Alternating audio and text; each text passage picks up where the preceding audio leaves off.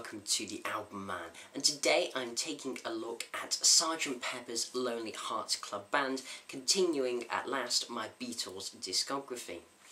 So of course, Sgt. Pepper's Lonely Hearts Club Band, released on the 1st of June 1967, and I had to say, going into this review, I really started to wonder whether there's even a point in covering it. I mean, this is one of the most talked about albums in music, and in my opinion is the single most important album ever released in certainly rock and pop history, if not music history. Though that does not mean I see it as the greatest album of all time. It's heralded as that in many lists, but I would disagree with that. Though I do love this album, I really do. It is fantastic. It definitely does have some flaws. Now, I said when starting this discography, just to reiterate, that I was not going to be looking at these albums in terms of my review, in terms of importance or influence, but instead just the music that is presented to us on the disc, or LP, or download, or however you choose to consume your music. And I want to see if these Beatles albums really hold up to today's modern day standards. And this, I mean, without a doubt, this is the Beatles' single greatest accomplishment artistically. It's a masterpiece, but subjectively, it's only my second favourite Beatles album, so why do I say it's their greatest accomplishment? Well, I'll go into more detail throughout this review, and I have to say I do believe this is going to be one of my longest reviews ever. I have a lot of things that I would like to say about this album.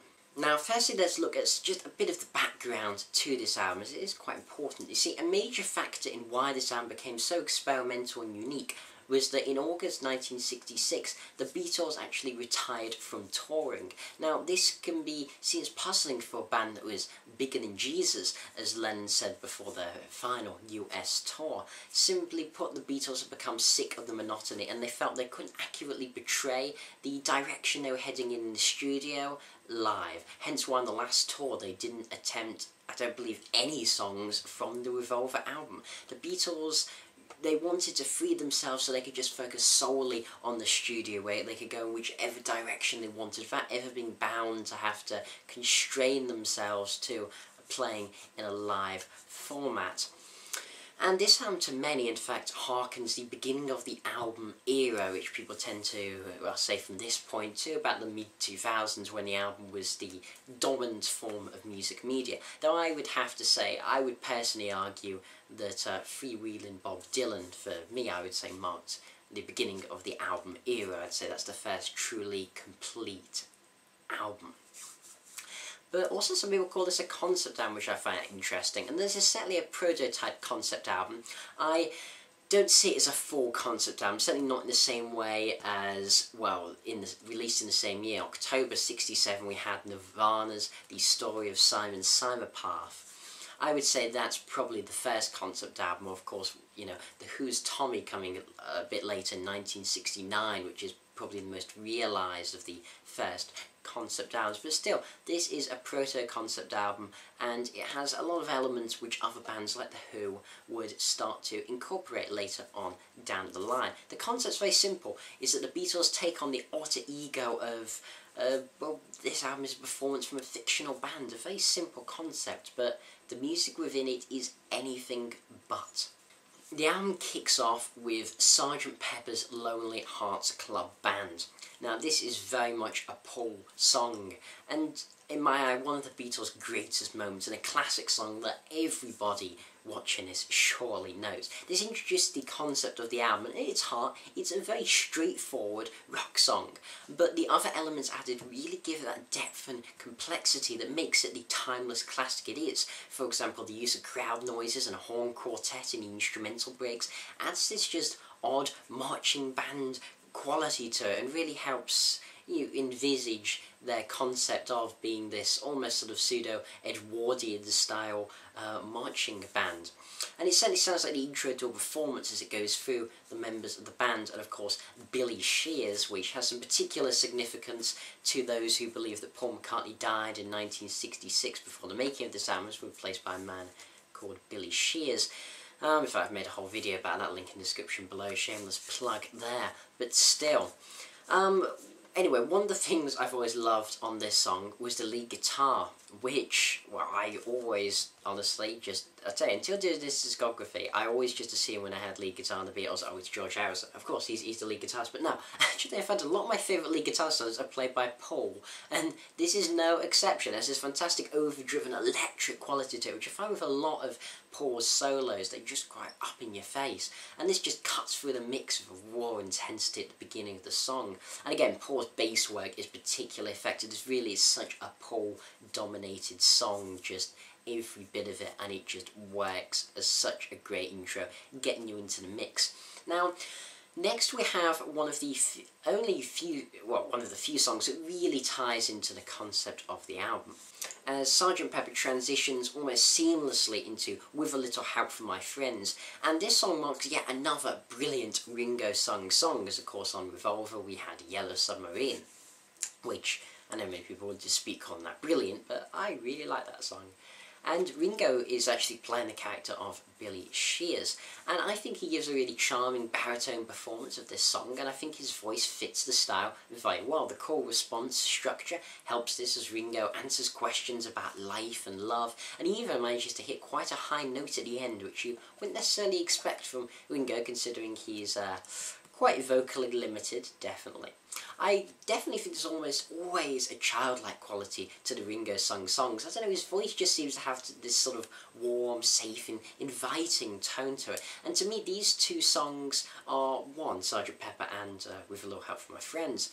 And what a song, or two songs that just seamlessly flow together to open the album and set out the concept. We see the band introduced with the rock and roll-like song that also features horns and other things, before the mellower, charming With a Little Help. And one other thing to note is that I have to say I genuinely, hands down, prefer the Beatles version to the Joe Cocker version. I know many people disagree, and many people hold the Joe Cocker version on a very high pedestal, but I don't know, I genuinely think the Beatles version is better. But hey, we're not comparing this to Joe Cocker today. Though if that opening wasn't strong enough already, they follow it up with Lucy in the Sky with Diamonds, which is just one of the most innovative and well realised pieces of music of the late 60s, in fact of the 60s or ever. This is Lennon's magnus opus without rival, really, in my opinion. From the way this song builds, becoming increasingly more complex underneath Lennon's vocals, the individual performances, and again, Lennon's ethereal vocals, the lyrics that invoke a hallucinogenic journey from LSD most likely. I mean, look at the name there, of course. John said it's about his son Julian's drawing. Yeah. I mean, the surrealistic imagery Lennon presents is like something out of a Dali painting as the newspaper taxis appear on the shore waiting to take you away to this dream world, which is beautifully accentuated by the instrumentation and the creation of a dreamlike state sonically in terms of texture and sound.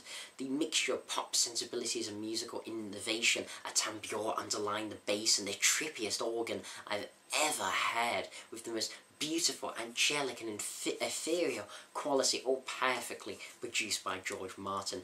This is just a song you can enjoy on so many levels. As a pop song, it's catchy as all hell. From a musical standpoint, it changes in time signatures from 3/4 to 4/4 in the chorus, and combined with the interesting instrumentation, and then from a production standpoint, you just can't help but marvel how George Martin achieved this in 1967. It sounds so modern, so fresh. A genuine epic, a true masterpiece, and this song may be played a lot as a Beatles song and one of the more popular Beatles songs, but it is in no way overrated. So after the stunning trilogy of opening songs, unfortunately the album never quite lives up to the heights of those, but yet there's still many wonderful moments. But here we see something a little more stripped back. Getting Better is a departure from the psychedelic sounds on this album. Though its intro with staccato played electric guitar is rather interesting, this song just has more of a straightforward rock sound to it than any of the other material found here. Now that doesn't mean it doesn't have anything interesting musically going on. I mean, George Martin's pianette playing, in which he hit it with a mallet to create that sort of drone-like sound, is odd. I mean, that's not something you'd really think of doing. And Harrison even unexpectedly brings a tambour into the mix in the last verse, because him and that tambour have just been inseparable the last 2 albums. It's all Harrison seems to be doing. Paul's playing the lead guitar while Harrison's messing around with his bloody tambura. But it actually works here. I find Harrison's tambura usage here to be more refined on Sgt. Pepper than it was on Revolver. And this song isn't quite as good as the ones preceding, but it's definitely an enjoyable song. It's just coming on the back of Lucy and Sgt. Pepper with a little help. It's hard to quite live up to that. Fixing a Hole. Now this opens with a harpsichord line from George Martin, and again, like Sgt. Pepper, this is very much a Paul song. And again, this song is interesting. The harpsichord throughout really helps the, I don't know, I get sort of a spacious sound from this song, and I don't know, double track even vocals from Paul and double track guitar from Harrison. I love the Beatles' use of double tracking over the last few albums. I definitely think it works. I don't know, I get sort of spacey, meandering vibe from the song, as it seems to follow Paul's thought process with the analogy of fixing a hole, as Paul says in an interview, is about the hole in the road where the rain gets in. Good analogy, the hole in your makeup which lets the rain in and stops your mind from going where it will. So yeah, I would say it is an interesting analogy. And the song, it's not quite as immensely great as some of the others, but I definitely find the more you listen to it, the more it sort of reveals itself to you, like a flower coming into bloom. But She's Leaving Home. Now this, oh yeah, this is more in the vein of Yesterday, as none of the Beatles performed instruments on this song. Instead, Paul and John's vocals are accompanied by harps and a string non-tet, which is in stark comparison to everything else on the album. It's a very different song, and this song, it does have such a unique quality as it blends a classical backdrop with more pop-orientated vocals. This song, though, particularly again because of the use of the double-tracked vocals over the orchestration, has such a haunting quality to it as Paul tells the story of a lonely girl and her plight. This really is such a thing of beauty. It's one of the most delicate yet emotive and effective pieces I honestly think the Beatles ever wrote. Wonderful, wonderful. Just the songwriting in this song, it's why, you know, Lennon and McCartney are rated as some of, if not the greatest, songwriters. Being for the Benefit of Mr. Kite. Now this is a song that, looking back on the album, it's one of the more songs that is slightly more typical, I suppose, of the psychedelic movement. It has that vibe going through it, and it's, I mean, it's still a weird, bizarre and truly different song. It definitely stands out from its late 60s psychedelic peers.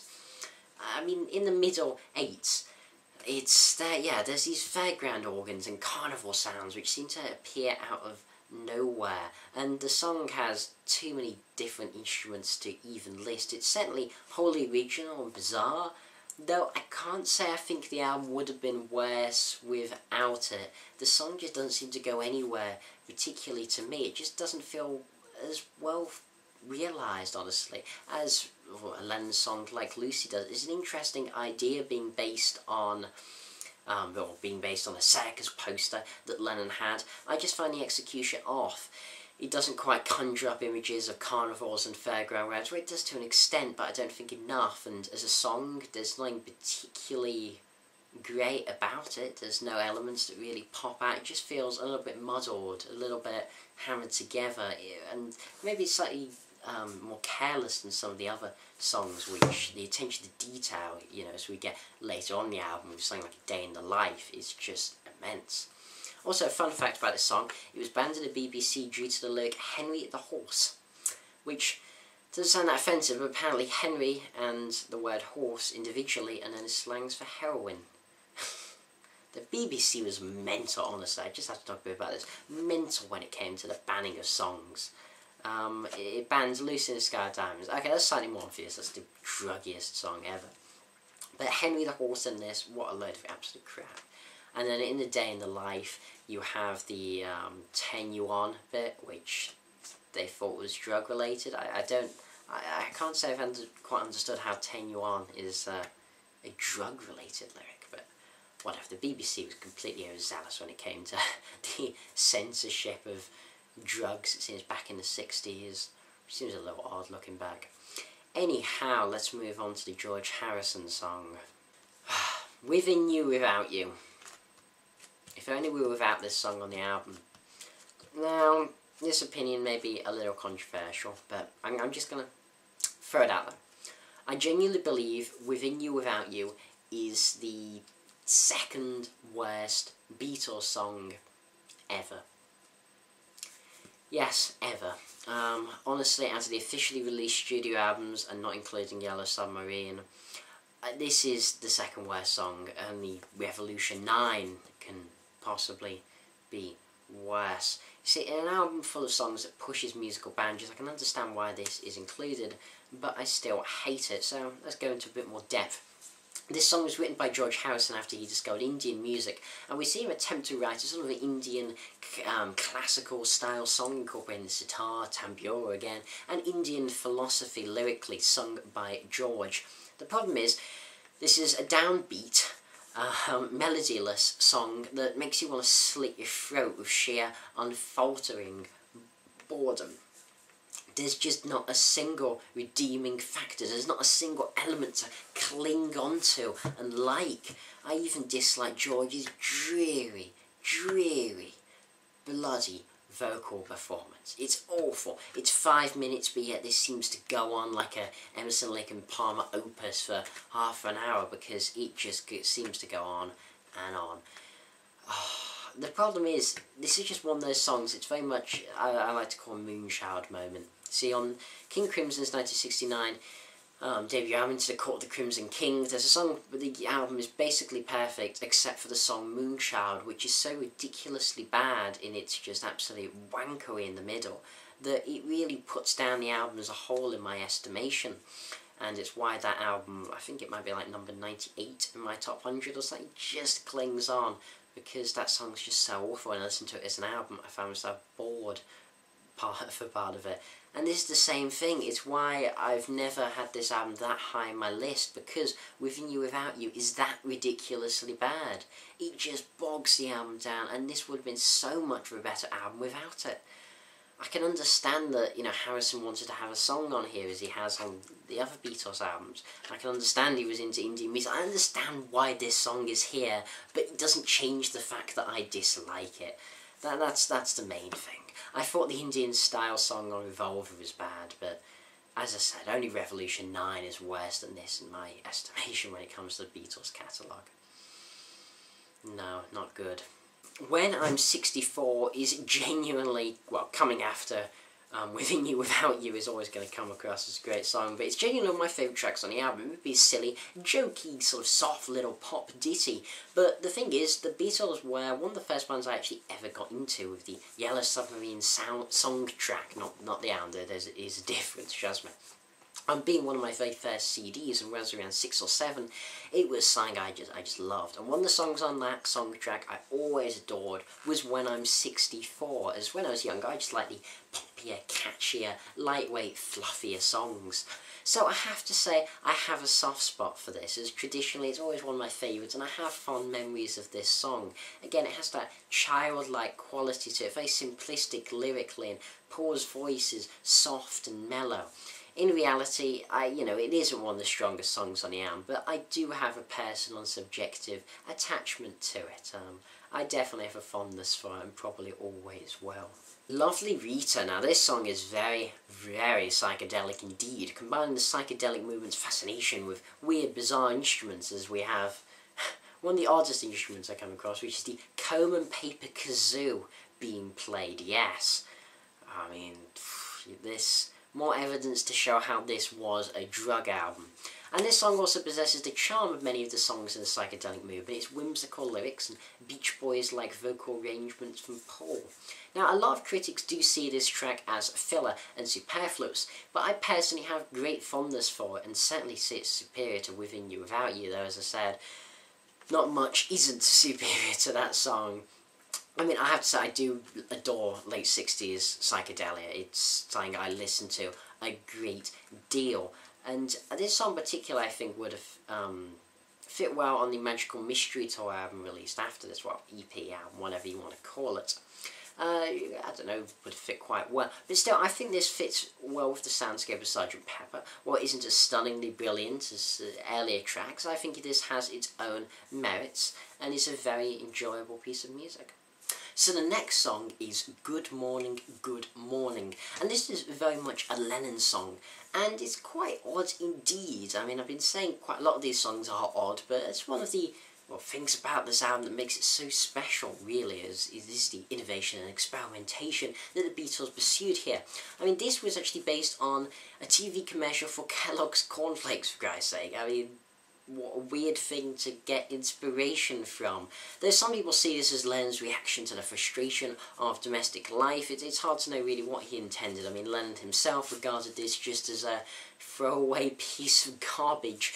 But I would have to disagree greatly that this is a throwaway piece of garbage. In fact, I think this is wonderfully complex, brilliantly executed, an innovative psychedelic piece. The simple refrain of good morning, it's great in contrast to the multiple time signatures utilised, the drawing performance from Ringo Starr, and the simply genius guitar solo from McCartney. I mean, seriously, the guitar solo, it's so effective, simple, but it just has so much energy. It's aggressive, it's powerful, and just hits you really instantly. As I said before, the more I listen to the Beatles, I genuinely think Paul was possibly a better guitarist than George, as controversial as that is. I honestly prefer his guitar solos. Still, with the animal noises and weird effects, lovely vocals and catchy refrain, I find this song to genuinely be one of the most underrated gems on the album, and definitely one of the highlights. Now, Sgt. Pepper's Lonely Hearts Club Band Reprise. Oh, we get some more Sgt. Pepper, as we're welcomed by Sgt. Pepper in the beginning and Billy Shears. So now, they're going to tell us goodbye. They're going to close out the performance before we get the encore, effectively. And this is fundamentally the same song as the beginning, but yet with some really notable and great changes. It's far heavier, more in your face, it's sped up, clearly, and this is a rollicking good end to the album. Though, as I said, the album's not over yet. We still have the encore to go, one last track, and damn to the end with a good one. Yes, indeed, we have to talk about one of the Beatles' most important compositions and one of their greatest songs. This, of course, is A Day in the Life, which is, in my personal opinion, the first ever progressive rock song, predating King Crimson, and yes, by 2 years, but innovating in such strange, interesting ways. I mean, let's go through this song in detail. It starts relatively simply, driven by an acoustic guitar of Lennon's voice over the top, creating this very emotive atmosphere as Lennon tenderly sings the interesting lyrics before you get this incredibly strange 23-bar bridge of an orchestral crescendo that starts on a really low note and just gets higher and higher and higher, with many orchestral dubs on top of each other, I think around 3 or 4.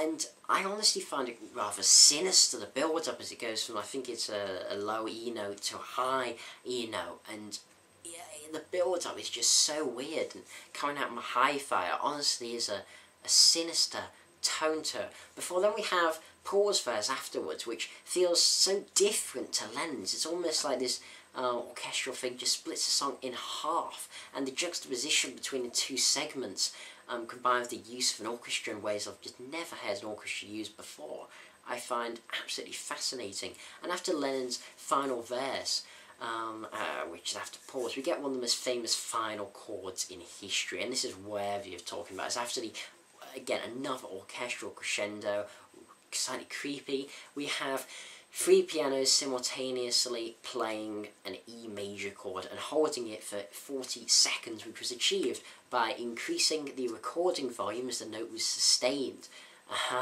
And eventually the recording volume actually gets so loud that towards the end you can hear a little squeaking of a chair, I think in the right channel. And the thing with this song, just still today, nearly 50 years on, it remains utterly unique. I've never heard anything quite like it, and probably never will. If it was released today, I would say it was a truly progressive song. Yet alone, released in 1967. I mean, this is only 4.5 minutes, but it just feels like such a remarkable feat to close such a remarkable album. To conclude my thoughts on this album, I do see it as a masterpiece, a triumph of innovation, the creative peak of Lennon McCartney as songwriters and of George Martin as producer. This will, there will most likely be never an album quite anything like it, and its influence on music is incredible, unfathomable, and insurmountable. Though it's not the perfect album, a song like With and Without You is incredibly bad, and something like For the Benefit of Mr. Kite just doesn't quite feel as well executed. There's other songs, you know, I mean, When I'm 64, as much as I have personal attachment to it, in reality it is a great song. Lovely Rita, yeah, I like it, but again, you know, there's songs that aren't as strong as others, definitely. I mean, of course, when it comes to influence, I give this album an 11 out of 10. But in my subjective opinion, I'm going to give it a 9.5 out of 10. It's a wonderful, wonderful album, one of the Beatles' finest moments. But yeah, I do think they top it. It's only my second favourite Beatles album. But which album will top it? Will it be the next one? Will it be the EP, Magical Mystery Tour? Well, we'll have to find out in the next review. This has been TheAIbumMan talking about the Beatles, Sgt. Pepper's Lonely Hearts Club Band. Thank you for watching, comment, rate, subscribe, and as usual, long live rock and roll.